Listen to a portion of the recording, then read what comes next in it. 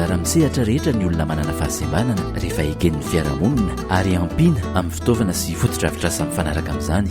Anisan'ireo miezaka mitovy amin'ny rehetra na mihoatra an'izany mihitsy Clogène tamin'ny fianarana sy ny asa, fa ezaka goavana ihany koa nefa ny mbola miandry. Ho an'ny olona manana fahasembanana amin'ny ankapobeny, indrindra fa ny tenako manokana zay resaka ao anatin'izay dia anisan'ny zavatra tena hoe manahirana anahy rehefa mandeha dia ny fiakarana amin'ny tohatra, ny fivezivezena amin'ny tohatra. Iarahantsika mahita nefa zany mbola betsaka ny lalana ohatra tsy maintsy tohatra no alehanao, mbola betsaka ohatra ny bâtiment public regny tsy maintsy tohatra no miditra ao agnatiny zany.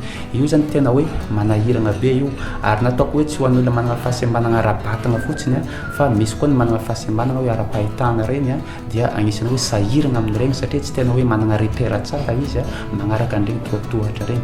Ka ny zavatra tena hoe tokony hatao zany rehefa hoe manangana lalana atsika na hoe fotodrafitrasa atsika dia tokony hoe jerevina hoe ahoana ny mba hahatonga anazy tsy hoe spanty loatra amina tohatra zany raha ohatra hoe lalana mba manamboatra lalana atsika. Ary azo atao tsara raha ohatra hoe mbola mety atao rampe d'accès zany ny lalana iny dia aleo aza miditra amina rampe d'accès satria tsy dia dépense loatra izy. Ny mobilité réduite dia tsy ny manana fahasembanana ihany fa mety mitaiza kely na mety mitondra vohoka na mety ho zoky olona aza dia mety mila izay fotodrafitrasa zay.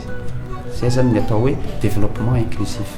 Rehefa zavatra accessible ho an'ny olona manana fahasembanana dia mahazo tombona ambony kokoa ny sarambaben'olona rehetrarehetra.